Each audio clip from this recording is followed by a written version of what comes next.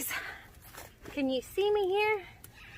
Oh, the sun's right there. Okay, I just got done riding. I made myself a nice, refreshing beverage. It's a little strong, but hey, what are you gonna do? You can't waste it, right? So I figured I'd come out here and talk to you guys about this little love triangle right here. Those of you that watch me know that up until today, actually we bought this one yesterday, but up until then, ow, oh, you gotta watch out in the sticks, a bug will get you. I drove my little Grom, y'all.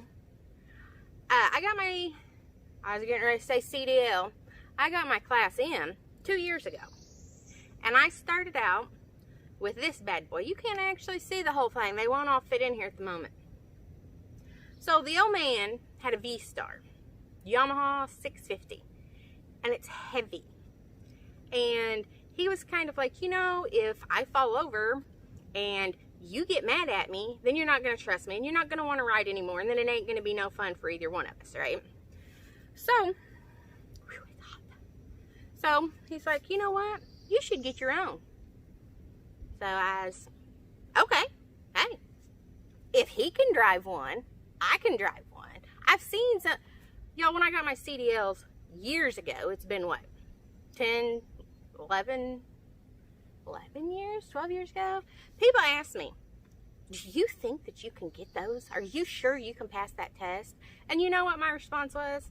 Have you seen half of these people out here that drive trucks? I'm pretty sure if John Smith over here, who I question if he's even legally competent, can pass his CDL, I'm pretty sure I can do it, right? And I did. So it was the same thing with motorcycle, right? He can drive one.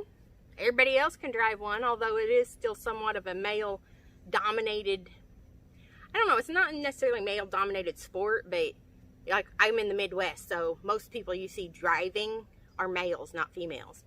But I'm like, hey, they can do it. I can do it, right? It ain't no big deal. So the first one we bought me, ooh, I should not touch that because we've not been off of it that long, and that's probably going to be hot, was this pretty girl. And this is the Honda Rebel 500. We got that in Texas. Was we in Houston? Dallas. I don't know where we was. It came from Texas though, and I drove her actually down a 4-lane road in the middle of town, and thank God it was on a Sunday because I didn't have a Class M at the time, and I'm driving around, never drove a motorcycle before. We actually had to go to Walmart and pick up a few things for the truck, and then we went to an industrial area. We basically just practiced. Like, we drove around for an hour or so, and then we went back to the truck. I drove around the parking lot. Y'all, I hate to admit this, but I seriously almost hit a guy that was walking. When they tell you, like when you take your MSF class and they tell you, you go where you look, that is 100% true. Because I'm looking at this guy and I'm like, oh my God, and I'm trying to go the other way. It just don't, you just go where you look. So don't look at the guy, look elsewhere. But anyway, that's a side story.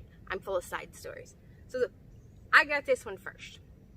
Now, y'all know that these motorcycles go on a big truck with us. Normally this one is on the frame of the truck, and my Grom is on the trailer of the truck. Well, when we started out with the 650, it was on the frame of the truck, and it's really heavy. Is it like 750 pounds or 800 pounds? I'm not for sure, don't quote me, but it's heavy, and that winch grunts, and it's, I don't know. I mean, people do it. People have Harleys that go inside their toy haulers and stuff.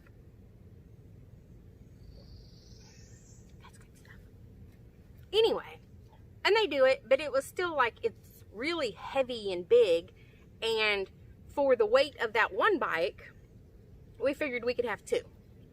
So he decided the next year, because we actually bought this in the fall, so I didn't actually ride this a whole lot. The next year he decided that he didn't want us to have to load it up, and this has a racing engine, and on the bottom gears, it just goes crazy. Like, it's, sorry I'm scratching, guys. There's bugs out here. So anyway, on the bottom gears, this thing is just crazy on the bottom gears. If you've ever drove one, the bottom gears, you just woo, and off you go, right? So it's hard to load on the ramp manually, but he decided with our, we have a ramp that you push the button, right? And it takes it up after you secure the wheel and you don't got to mess with it. So we put that one on the back of the truck, and then we got me the Grom.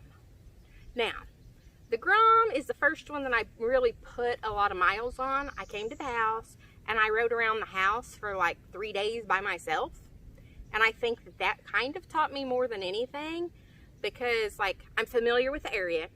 I didn't have to worry about like, where am I going, or there's no GPS, or oh, there's a stop sign or traffic or whatever, because I'm from here. I know my way around here, right?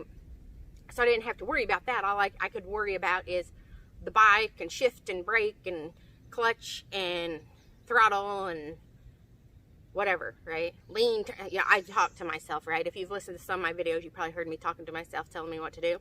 So I started driving this bad boy. That Grom has been to Road Needles Highway. It's been to Mount Rushmore.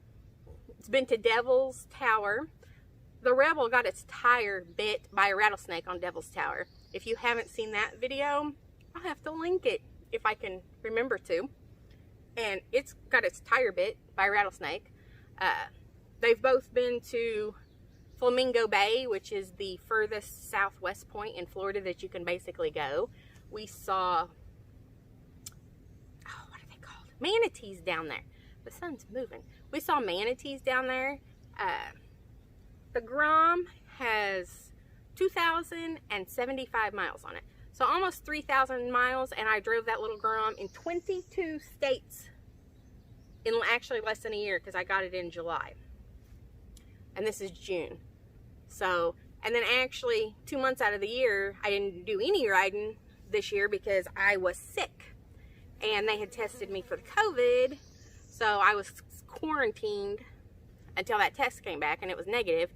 But I was still sick, so it's not like I could do anything. Fast forward to yesterday. We have been talking, he wants to ride some of the fire roads in Oregon, and I really like the BDR roads. And I found the CAT, which is a Kentucky Adventure Trail. And there's some stuff closer to home, but nothing actually really close. But the poor little Grom, I love the Grom. I would not take back buying that Grom for anything. It is a wonderful, wonderful bike to learn on. It weighs 200 pounds. I could lean that thing. I could go fast. Well, I couldn't go fast. I could speed up on it, slow down. I could solidly put my feet on the ground. It just felt good for a learning bike, right? The problem with it, however, I've got to get this gnat. Oh my God. The problem with it, however, is like when we went to Mount Rushmore, going up them hills, that thing's like a semi.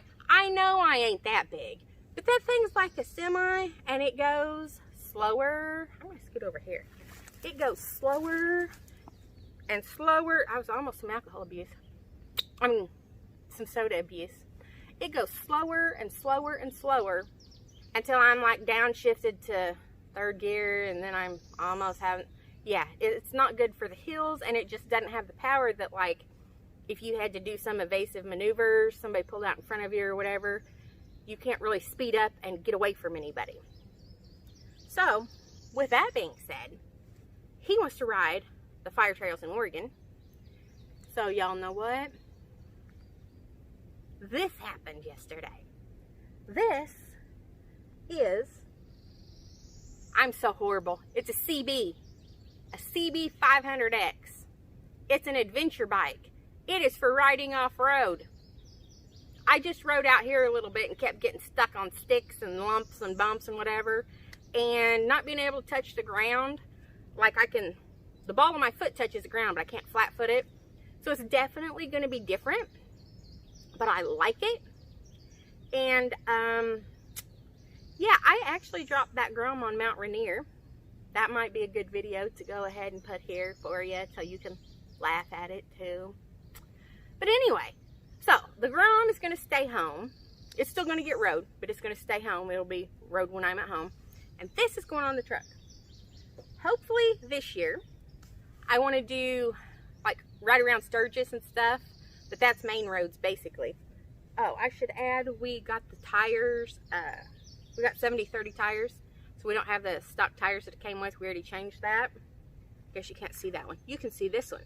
And we're going to take the front fender off the wheel for off-roading and put a guard on the radiator. Which he says I'm going to do that, but he has to order everything because I don't know what I'm doing. But anyway, you guys stay tuned. I'm sure I will fall over on this one too because I can't touch the ground except with the balls of my feet. And while that's okay sometimes, I've discovered even just on this little patch out here that it's like, oh, I kind of want to touch the ground here and there, and I can't. So this year's adventures will mostly be on this bad girl. And you know what? The Grom has a name. I call it Grom Baby. It was originally Black Betty, but I never call her that. I call it a Grom Baby. These two don't have names. So maybe this year, they can get names. Stay tuned for more adventures. What is that noise? Y'all hear that? Is there a motorcycle coming for me? Four-wheeler? Let's go check it out.